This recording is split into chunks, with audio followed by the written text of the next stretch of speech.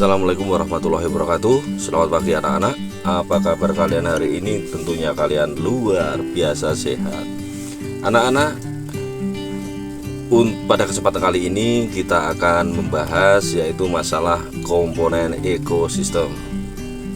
Sebelum pembelajaran kita mulai, marilah kita berdoa bersama-sama sesuai dengan ajaran agama dan kepercayaan kita masing-masing. Berdoa mulai, berdoa selesai. Anak-anak, agar lebih bersemangat kalian dalam belajar kali ini, walaupun dalam pembelajaran jarak jauh, marilah kita bersama-sama melaksanakan tepuk PPK dan juga salam PPK. Tepuk PPK, religius, nasionalis, mandiri, gotong royong, integritas. Salam PPK, salam PPK. Cerdas, berkarakter, menyenangkan, luar biasa, hebat, hebat, hebat. Oke. Anak-anak, pada kesempatan kali ini yaitu yang kita bahas yaitu masalah komponen ekosistem.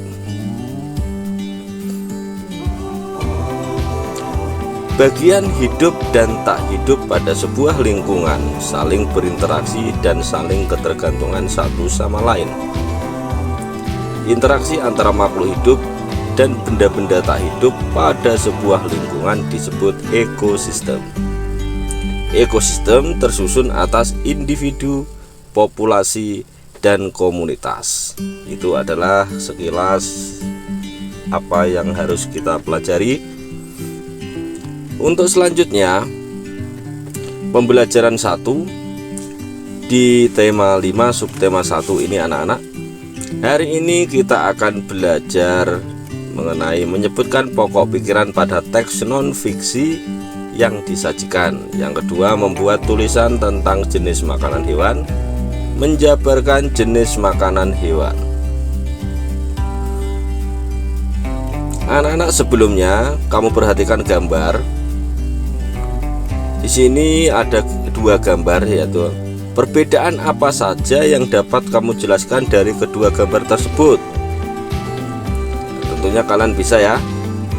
Nah, di bawahnya ada bacaan anak-anak. Bapak bacakan ya. Udin sangat gembira hari ini. Ia baru saja mendapatkan kiriman hadiah dari bibinya di kota.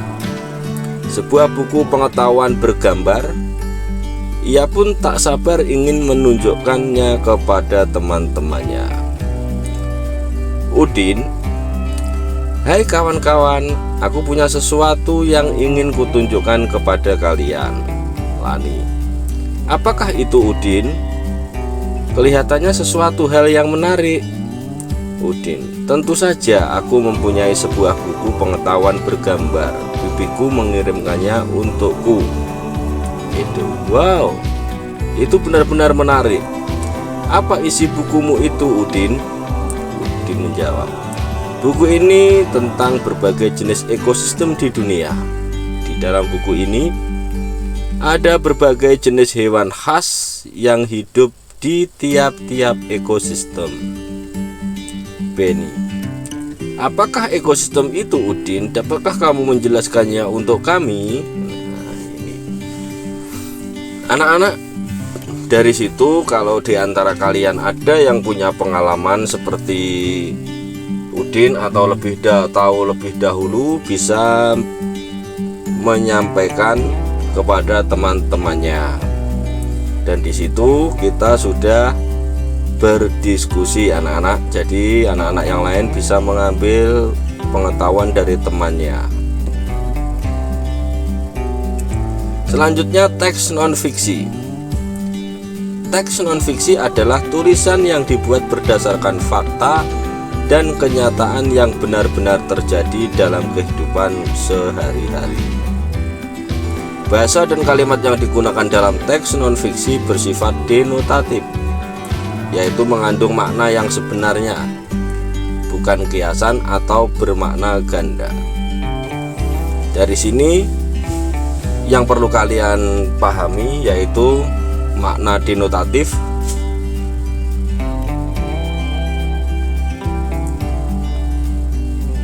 yang artinya yaitu bersifat sebenarnya.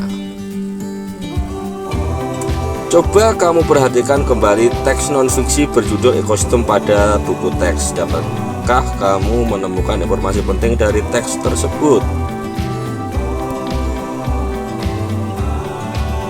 Ini yang sudah Pak bacakan tadi anak-anak. Nah ini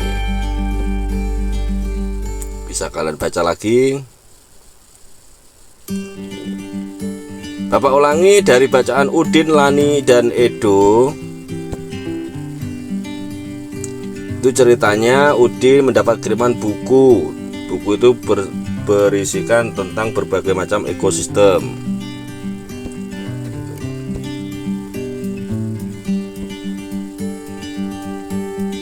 Ekosistem.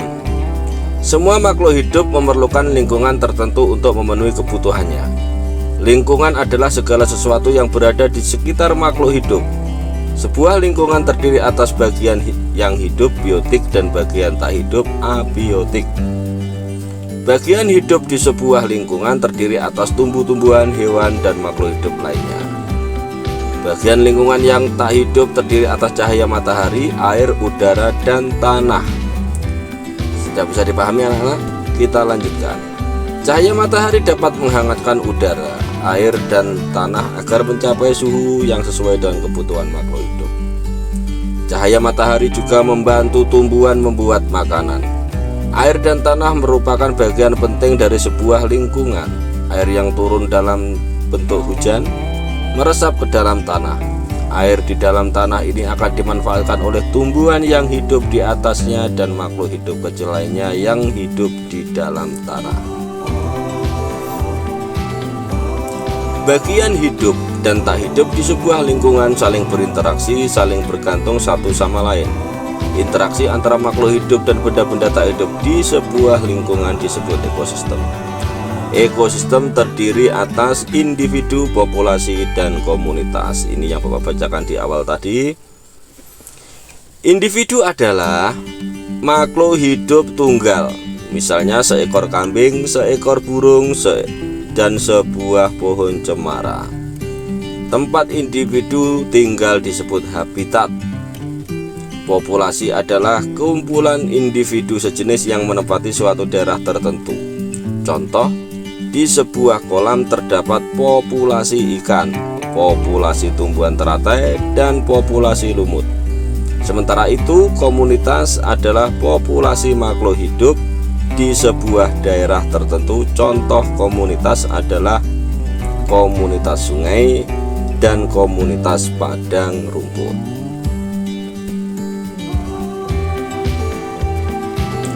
Tuliskan pokok pikiran utama dan informasi penting tersebut di tempat yang tersedia. Di sini kalian bisa melihat buku siswa kalian, bisa kalian lihat, bisa kalian kerjakan, bisa kalian baca berulang-ulang paragraf yang berjudul ekosistem tadi. Di setiap paragraf pasti ada pikiran utama dan informasi penting. Pikiran utama itu sama halnya dengan pikiran pokok atau kalimat utama. Langsung saja kita kerjakan. Ekosistem. Ini saya ulangi lagi biar kalian lebih paham mengenai ekosistem anak-anak. Ekosistem merupakan kesatuan sistem yang di dalamnya terjadi interaksi atau hubungan antara makhluk hidup dengan lingkungannya.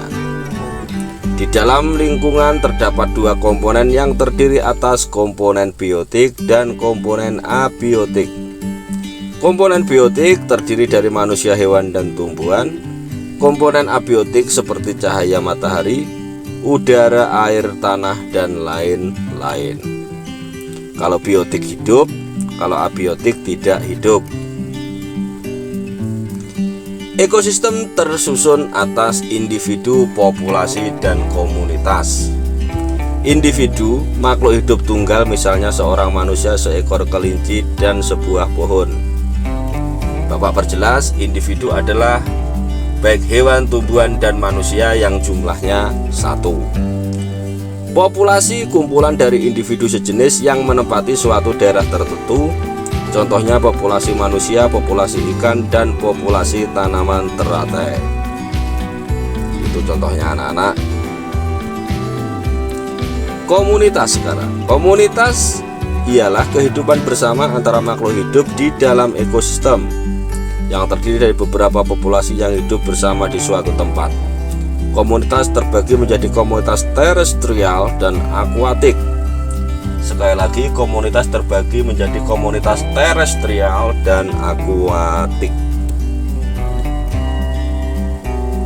Jenis makanan hewan. Jenis makanan hewan dikelompokkan menjadi dua, yaitu makanan yang berupa tumbuhan dan makanan yang berupa hewan. Hewan yang memakan tumbuhan memilih bagian-bagian tumbuhan yang dapat dijadikan makanan. Ada hewan yang hanya memakan daun tumbuhan, ada pula hewan yang hanya memakan batang buah atau biji tumbuhan. Namun ada beberapa jenis hewan yang memakan lebih dari satu bagian tumbuhan tersebut. Bagian tumbuhan yang paling sering digunakan makanan hewan adalah daun. Hewan seperti ulat, rusa, dan zebra merupakan beberapa contoh hewan yang memakan daun. Sementara itu beberapa hewan menyukai batang tumbuhan. Sapi merupakan salah satu hewan yang menyukai batang tanaman padi dan jagung. Sedangkan hewan pada panda menyukai batang pohon bambu. Bagian tanaman berupa buah juga disukai hewan. Belatung senang memakan sebagian dalam buah dan ini seringkali merugikan para petani buah-buahan.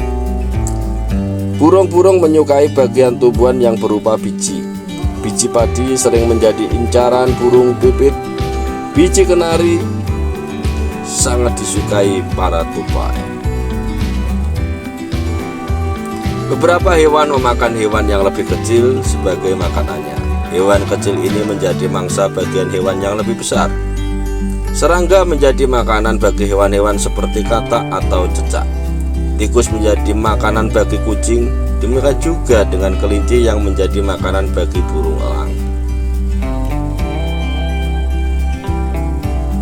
Setelah kamu membaca teks bacaan di atas, catatlah beberapa pertanyaan berdasarkan teks bacaan dan juga pertanyaan yang berhubungan dengan teks bacaan.